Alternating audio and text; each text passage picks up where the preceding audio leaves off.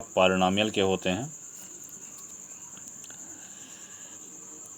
तो सबसे पहले बहुपद की जो घात बताई गई आपको कि बहुपद की घात के आधार पर हम बहुपदों को कई प्रकार के वर्गी के समूहों में बांटते हैं। सबसे पहला है रैखिक बहुपद। लीनियर पॉलिनॉमियल क्या होता है?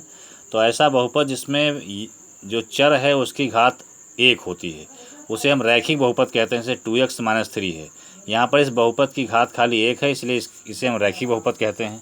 ऐसे √3 × x + 4, यहाँ पर भी x की पावर 1 है, इसलिए इसे हम रैखिक बहुपद कहते हैं। x - 2/11, यहाँ पर भी इसकी घात अधिकतम 1 है, इसलिए इसे रैखिक बहुपद कहते हैं।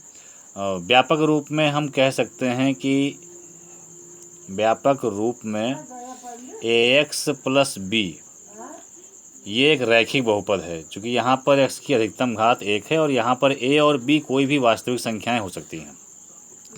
दूसरा हम कहते हैं कि द्विघात बहुपद क्या होता है, क्वाड्रेटिक पॉलिनॉमियल क्या होता है। तो ऐसा बहुपद जिसमें x की अधिकतम घात 2 हो उसे हम द्विघात बहुपद कहते हैं। जैसे 2x² + 3x + 4 ये द्विघात बहुपद। ऐसे x² - 5x + 6 ये भी एक द्विघात बहुपद का उदाहरण है।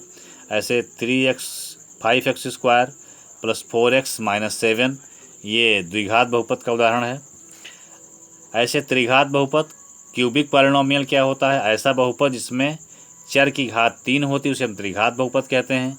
जैसे x की पावर 3 - x² + 3, ऐसे 3x की पावर 3 - 2x² + x - 1 ये त्रिघात बहुपद के उदाहरण हैं। अब हम एक और भी इम्पॉर्टेंट टॉपिक की बात करते हैं कि बहुपद का मान क्या होता है, वैल्यू ऑफ ए पॉलिनॉमियल क्या होता है। तो प्यारे विद्यार्थियों, यदि px एक बहुपद हो तथा स्मॉल k एक वास्तविक संख्या हो, ध्यान दें px कोई बहुपद है और k एक वास्तविक संख्या ऐसी है, मतलब k कोई एक वास्तविक संख्या है, तो बहुपद में यदि हम x के स्थान पर k रख दें, बहुपद में x के स्थान पर k रखने पर जो मान प्राप्त होता है उसे बहुपद का हम x = k पर मान कहते हैं।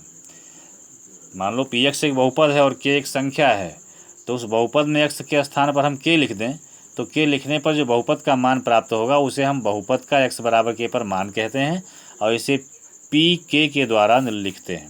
जैसे एग्जाम्पल विद्यार्थियों देखिए, px = x² + 3x + 2 है, तो इसमें x बराबर अगर हम 2 लिख दें तो यहाँ देखिए 2² + 3 × 2 + 2 माने ये 4 और ये 6, ये 10 हो जाएगा और +2 12, यानी x = 2 पर बहुपद का मान 12 आया, तो इसलिए p2 = 12 हुआ। ऐसे p ऑफ -1 माने x के स्थान पर -1 रखने पर देखिए यहाँ -1 का स्क्वायर + 3 × -1 और +2 माने ये हो जाएगा 1 - 3 + 2 माने 2 और 1 3 और -3 0 हुआ।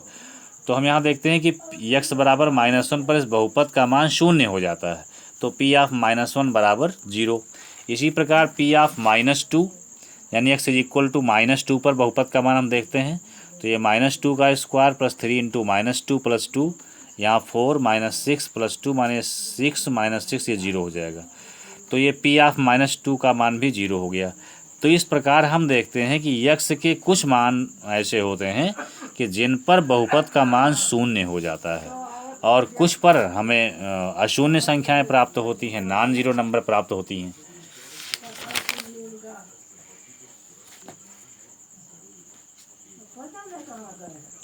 अब देखिए हम पढ़ते हैं कि बहुपद के शून्य क्या होते हैं, जीरोज ऑफ पॉलिनॉमियल क्या होते हैं।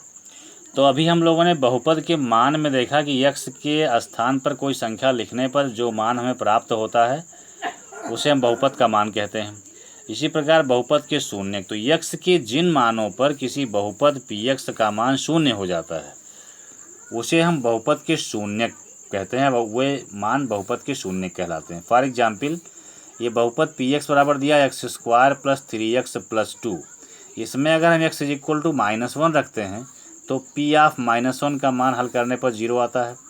ऐसे x = अगर -2 रखते हैं तो p ऑफ -2 का मान भी 0 होता है।